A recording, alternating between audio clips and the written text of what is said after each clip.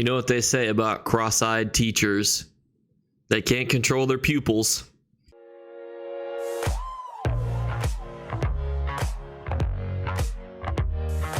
What's going on, YouTube? You're probably thinking to yourself, Jake, this does not look like Cold Harbor nor Craglorn. What in the heck are you doing?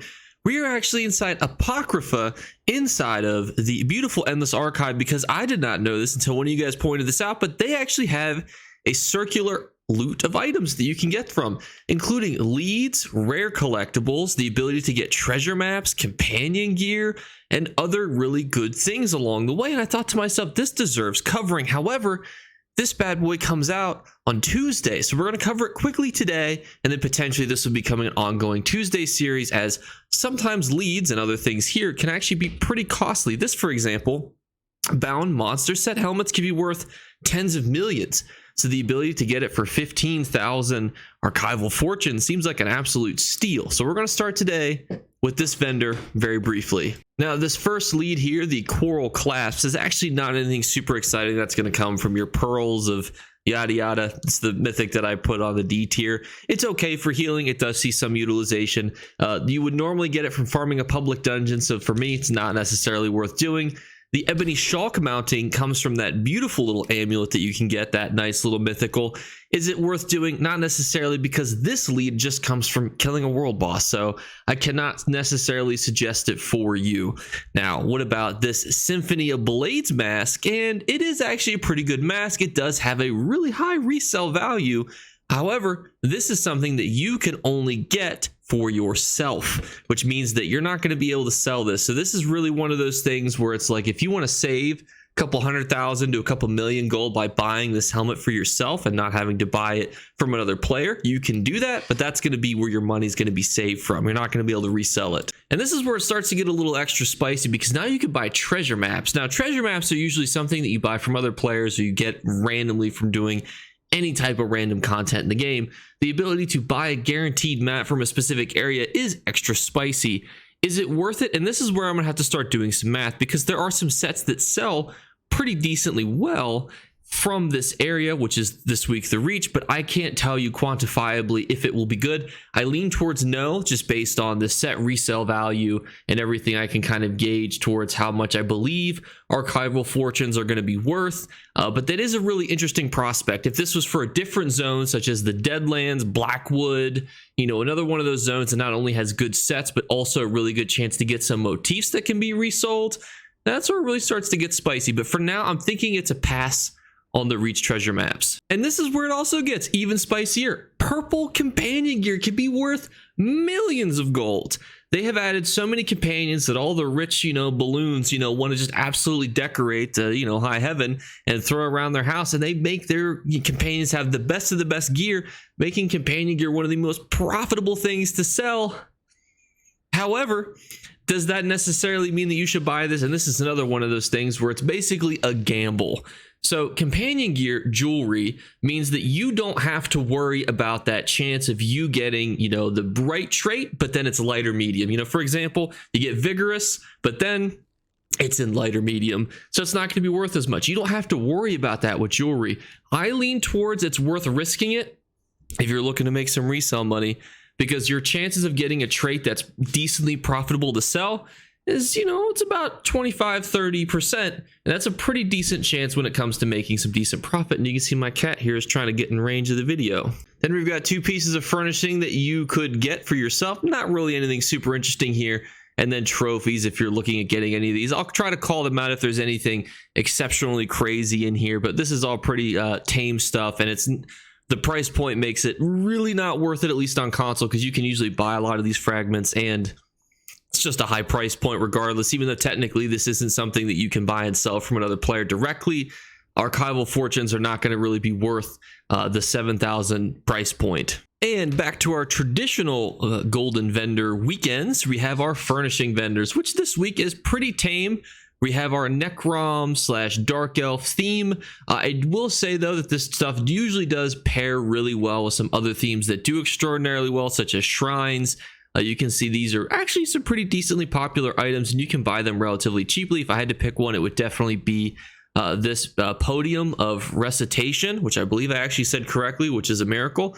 And I would actually encourage you guys potentially to buy this if you're looking for like a really nice furnishing for your home, like one of those readable things, or if you're looking to resell this. 35,000 is a really good price point to get in at. But so are a lot of these items here as well, including some of these brand new items such as the Necrom urns, but I wouldn't necessarily suggest the Necrom urns. Another item that I would suggest is potentially these altars, because people like putting there's beautiful shrines that they can get on top of them, because they have pretty much shrines for every god in the game, and you can usually buy those relatively cheaply as well, and it just looks well. You can even throw on a prayer kneeling station. And then into Cyrodiil we go for our next golden vendor, which is going to be a fun one as well, because we actually have some decent sets. So we're not going to do the same reveal this week. I think you guys just prefer it to be a little bit more concise. So we're going to start off with Grave Inevitability, which is long. Dealing damage with a light or heavy attack grants you with a stack of Remorsefulness for 5 seconds, up to 5 stacks, up to 0.5 seconds. While you have 5 stacks, you generate an Aurora Focus, granting you major force, increasing your damage done by critical damage done by 20%. Wow. Group members within 12 meters of you gain minor force, increasing their critical damage by 10%. This is one of those sets where I actually think that this is going to be really good for things like Endless Archive, ironically, because this is usually not very good in trials, because you can already get major, minor force, and you can give those out significantly easier than utilizing a 5-piece set. But from Graven Deep, which is where the set comes from, this is actually a really good set to have. I think when it comes to a duos type set, it'll allow you to use other types of ultimates. It will allow you to kind of build and kind of, be able to partner off each other significantly better, especially because we're still kind of in that testing phase of what's going to be those best in slot sets. This is also really good for that other types of like overworldly type content, more content that's not as straightforward as your generic trials where everyone is really build matching. This is more so for those hodgepodge type activities. And Netch's Touch is just one that you can skip. It's 400 weapon and spell damage to your shock abilities.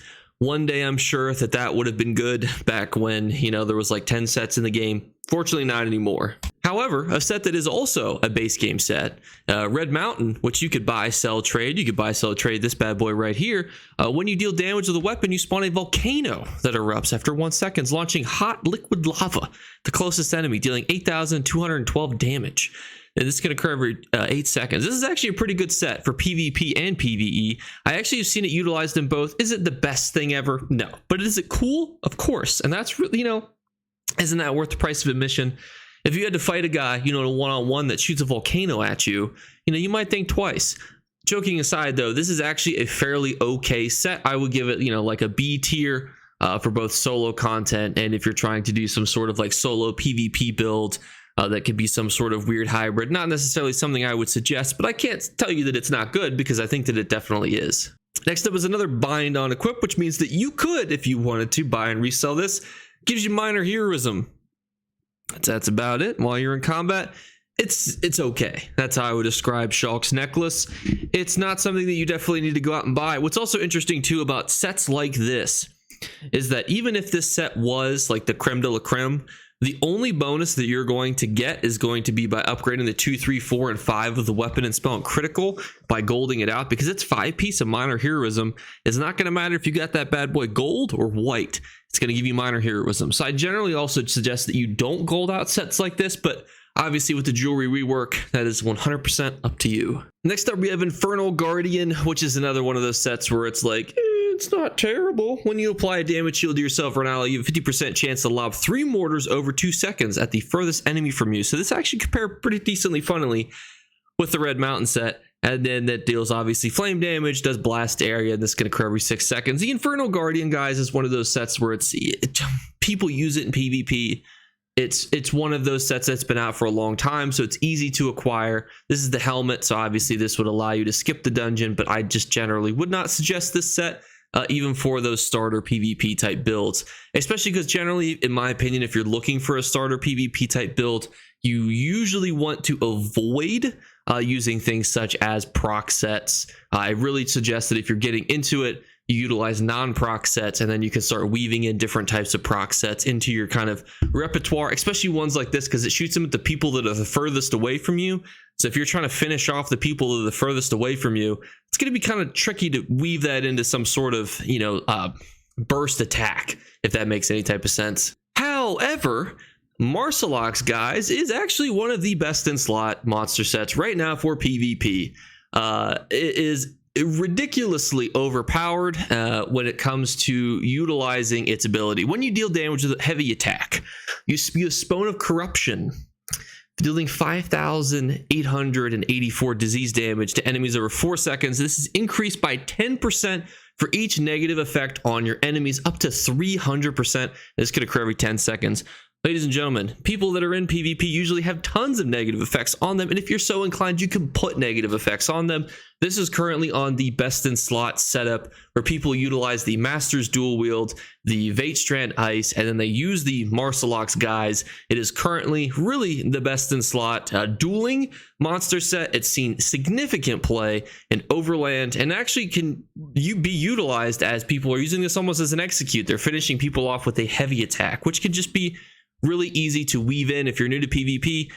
And the really nice thing about it is that you can buy if you want it in light, medium, or heavy. Yes, you could just do Lair of Marcelox, but sometimes that dungeon is way too long. And if you don't have any of the helmets you need, do you really want to have to do it potentially 2 or 3 times? This could be the way to shortcut that whole process for you. Now, technically, 100,000 gold might be worth too much for you. It might be worth it farming the dungeon. And I'm not saying you shouldn't farm the dungeon. However, when it comes to things like these, this is what I want you to be having as your internal dialogue. Would I rather farm a dungeon that's a little bit long, potentially 2 or 3 times, or would I rather just buy it for 100,000 gold? Those are what I want you guys to be thinking, because it's your gold. And to finish us off, we're just going to say hello back to Daddy Fox, because I totally missed that message when I was recording. And I'm just going to thank you guys so much again for sticking around watching this video. Let me know formatting wise, do you want me to try to make a dedicated video? Because that's going to be on Tuesdays. I think I'm going to need to do a lot more math as to how much I really value one of those archival fortunes, because that's going to really determine how much it is of your time to get different types of things, such as maps, such as leads. It's hard to know when it's like kind of like crown soul gems, where it's like, what is one crown soul gem worth?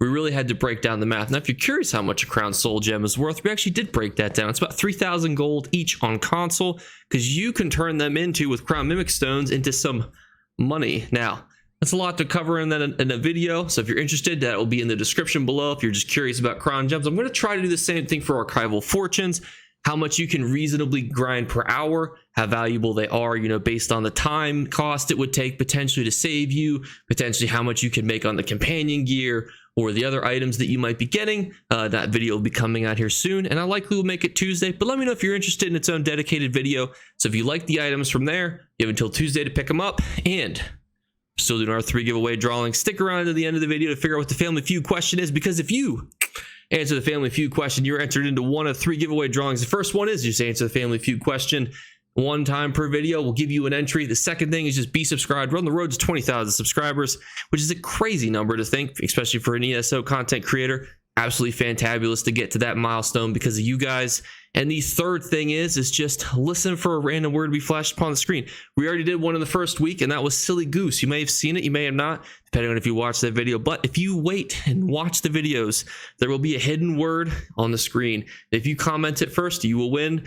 And it's not the Jurassic Park noises from yesterday. If you don't know what that is, please don't ask. But I'll catch you guys later. Have a great weekend, and I love you all. Bye, guys. You better remember to like and subscribe to Jake Clips. Or you should. I might have to pluck your eyes if you don't. Or, better yet, I'll skip rope with your entrails. Do it now. Subscribe. Ta-ta. Off with you. Family Feud question of the day is an interesting one. What is the #1 buff food that you guys use? I think it's a fascinating question. It's going to heavily depend the type of content you do, the roles that you do, but I do think that there's going to be a strong list of 3 to 4 that rise to the top, so I'm very curious to see what they are. That's going to be actually the entirety of the post outro, just because of time constraints from doing both the new vendor, I should say, and then both of the old ones. So thank you guys so much again. Sorry to kind of rush this out here, but I want to thank you guys, and I'll catch you later. Bye, guys.